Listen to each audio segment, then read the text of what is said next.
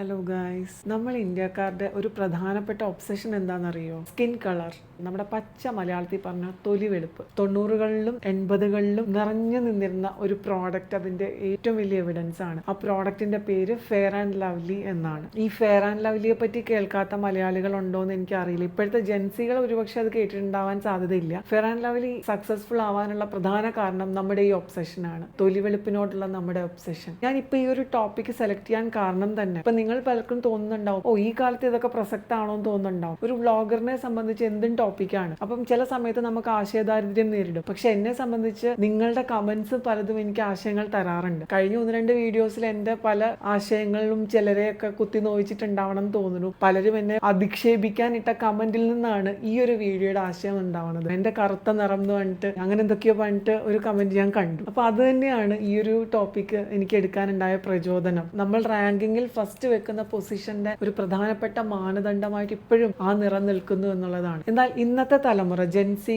തൊട്ടുള്ള തലമുറ ഇതിൽ നിന്ന് മാറി വരുന്നു എന്നുള്ളത് ഒരു വലിയ ആശ്വാസമാണ്. ആ മാറി വരുന്നതിന്റെ കാരണം എന്താണെന്നറിയോ? നമ്മുടെ ഈ ഒരു ഇന്റർനെറ്റ് റെവല്യൂഷൻ ആണ്. ഈ വെളുപ്പിന്റെയും കറുപ്പിന്റെയും രഹസ്യം ആൾക്കാർ തിരിച്ചറിയുന്നു എന്നുള്ളതാണ് അതിന്റെ ഏറ്റവും വലിയ ക്രക്സ്. നമ്മള് സൗന്ദര്യത്തിന്റെ മാനദണ്ഡമായിട്ട് വെച്ചിരിക്കുന്ന ഒന്നാണ് ഈ വെളുപ്പ് എന്ന് പറയുന്നത്. പക്ഷെ വെളുപ്പല്ല സൗന്ദര്യം, നേരെ മറിച്ച് ഈവൻ ആയിട്ടുള്ള സ്കിൻ ടോൺ ആണ് സൗന്ദര്യത്തിന്റെ മാനദണ്ഡം എന്നുള്ളത് ഇപ്പോഴത്തെ തലമുറ തിരിച്ചറിയുന്നുണ്ട്. അപ്പൊ എന്താണ് ഈ ഈവൻ സ്കിൻ ടോൺ എന്ന് പറയുന്നത്? നമ്മുടെ സ്കിൻ എന്ന് പറയുന്നത് അതിന്റെ സൗന്ദര്യം ഡിപ്പെൻഡ് ചെയ്യുന്ന അതിലേക്ക് വരുന്ന പ്രകാശരശ്മികളെ അതെങ്ങനെ റിഫ്ലക്ട് ചെയ്യുന്നു എന്നുള്ളത് വെച്ചിട്ടാണ്. അൺഈവൻ ആയിട്ടുള്ള സ്കിൻ ടോൺ എന്ന് പറയുന്നത് മുഖത്ത് പലതരത്തിലുള്ള പിഗ്മെന്റേഷൻസ്, പാടുകൾ, അടയാളങ്ങൾ, ആ ഭാഗങ്ങളൊക്കെ പ്രകാശം റിഫ്ലക്ട് ചെയ്യുന്നില്ല എന്നുള്ളതാണ്. ഇപ്പൊ റിഫ്ലക്ഷൻസ് അൺഈവൻ ആയിട്ട് വരുമ്പോഴാണ് സ്കിൻ ആകെ മോശമായിട്ട് പുറമേ നിന്ന് കാണുന്ന ഒരാൾക്ക് തോന്നുന്നത്. എല്ലാം ഒരു തോന്നലാണല്ലോ. അപ്പൊ മൊത്തത്തിൽ ഈവൻ ആയിട്ട് റിഫ്ലക്ട് ചെയ്യപ്പെടുമ്പോൾ ആ ഒരു ഗ്ലോ ഉണ്ടാവുന്നു, നാച്ചുറൽ ഗ്ലോ. അതാണ് കുറച്ച് ഡാർക്ക് ആയിട്ടുള്ള ആൾക്കാർക്ക് ലൈറ്റ് സ്കിൻ കളേർഡ് ആയിട്ടുള്ള ആൾക്കാരോട് ഒരു ആകർഷണം തോന്നാറുണ്ട്. അതുപോലെ ലൈറ്റ് സ്കിൻ കളേർഡ് ആയിട്ടുള്ള ആൾക്കാർക്ക് ഡാർക്ക് സ്കിൻ കളേർഡ് ആയിട്ടുള്ള ആൾക്കാരോട് ഒരു ആകർഷണം തോന്നാറുണ്ട്. അത് ഓപ്പോസിറ്റ്സ് അട്രാക്ട് എന്ന് പറയില്ലേ, ആ ഒരു തിയറിയാണ് അവിടെ വർക്കാവുക. അപ്പൊ ഈ മേക്കപ്പുകൾക്കൊക്കെ ഇപ്പൊ എന്താ സ്ഥാനം? മേക്കപ്പുകൾ ബേസിക്കലി ചെയ്യുന്നത് ഈ പറയുന്ന അൺഈവൻ സ്കിൻ ടോണെ പരിഹരിച്ച് ഈവൻ സ്കിൻ ടോൺ ആക്കി മുഖത്ത് കൂടുതൽ ഗ്ലോ ഉണ്ടാക്കുന്നു എന്നുള്ളതാണ്, അല്ലാണ്ട് വെളുപ്പിക്കുന്നു എന്നുള്ളതല്ല. അതുകൊണ്ട് തന്നെയാണ് പലരും അവരുടെ സ്കിൻ ടോൺ മനസ്സിലാക്കാണ്ട് ഈ പറഞ്ഞ പോലെ കൂടുതൽ ലൈറ്റ് ആയിട്ടുള്ള ഷെയ്ഡുകൾ, കൺസീലേഴ്സ് ആണെങ്കിലും ഫൗണ്ടേഷൻ ആണെങ്കിലും ഒക്കെ മുഖത്ത് അപ്ലൈ ചെയ്ത് മൊത്തത്തിൽ വൈറ്റ് വാഷ് അടിച്ച പോലെ ഇരിക്കുന്നത്. അതല്ല മേക്കപ്പിന്റെ രഹസ്യം. ഏറ്റവും മിനിമലിസ്റ്റിക് ആയിട്ട് മേക്കപ്പ് ചെയ്ത് സ്കിൻ ടോൺ ഈവൻ ആക്കുക എന്നുള്ളതാണ് അതിന്റെ ഒരു സൗന്ദര്യം. ഈ ഒരു രഹസ്യം നിങ്ങൾ മനസ്സിലാക്കി കഴിഞ്ഞാൽ ഇങ്ങനെ കുറ്റാക്കൂരിട്ടിന്റെ നിറമാണ്, എണ്ണക്കറുപ്പാണ്,